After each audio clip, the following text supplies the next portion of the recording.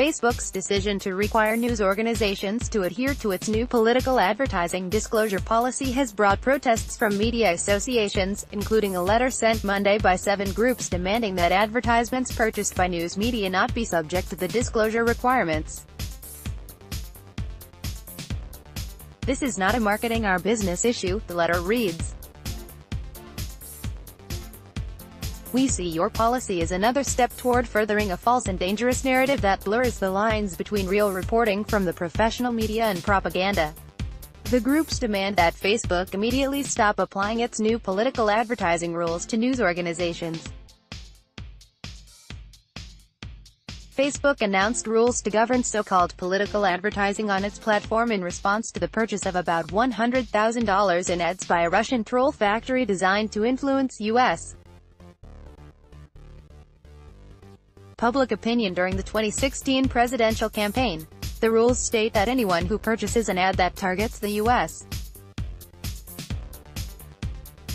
audience and that, according to Facebook's determination, could have the effect of influencing public opinion on issues of public importance must register with the company, carry paid-for-buy disclosures and be included in Facebook's political ad database.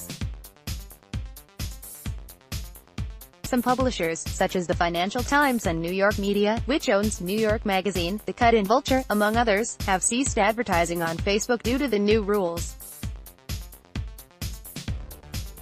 Meanwhile, independent news sites and podcasters have been blocked from advertising content deemed political by Facebook unless they submit for registration.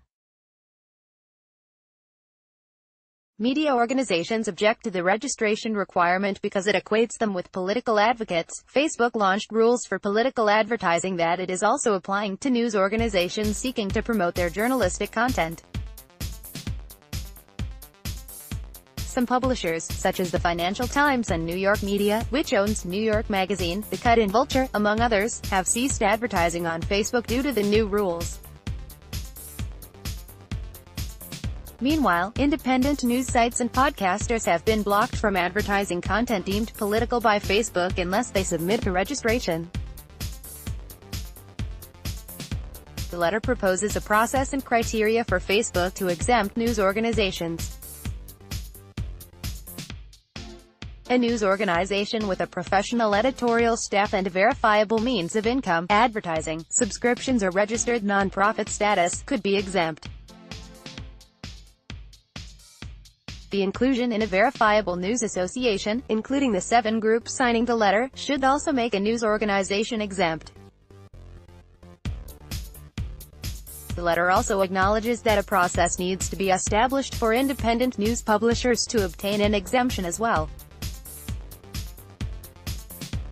The letter was signed by the American Society of News Editors, the European Publishers Council, Digital Content Next, MPA, the Association of Magazine Media, the News Media Alliance, the Society of Professional Journalists and the World Association of Newspapers and News Publishers.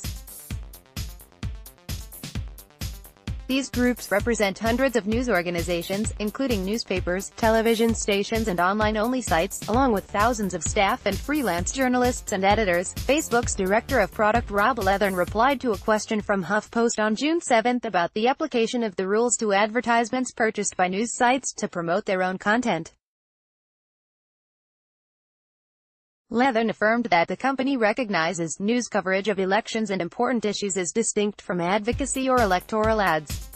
However, he added in the emailed comment, any ad that has political content on Facebook going forward will require authorization, labeling and archiving, regardless of who's running it. We think it's important that any ad that mentions a candidate, for example, include this transparency and be accessible via the archive. If an ad is deemed political and doesn't have a label, we'll take it down and add it to the archive. Download. Do you have information you want to share with HuffPost? Here's how.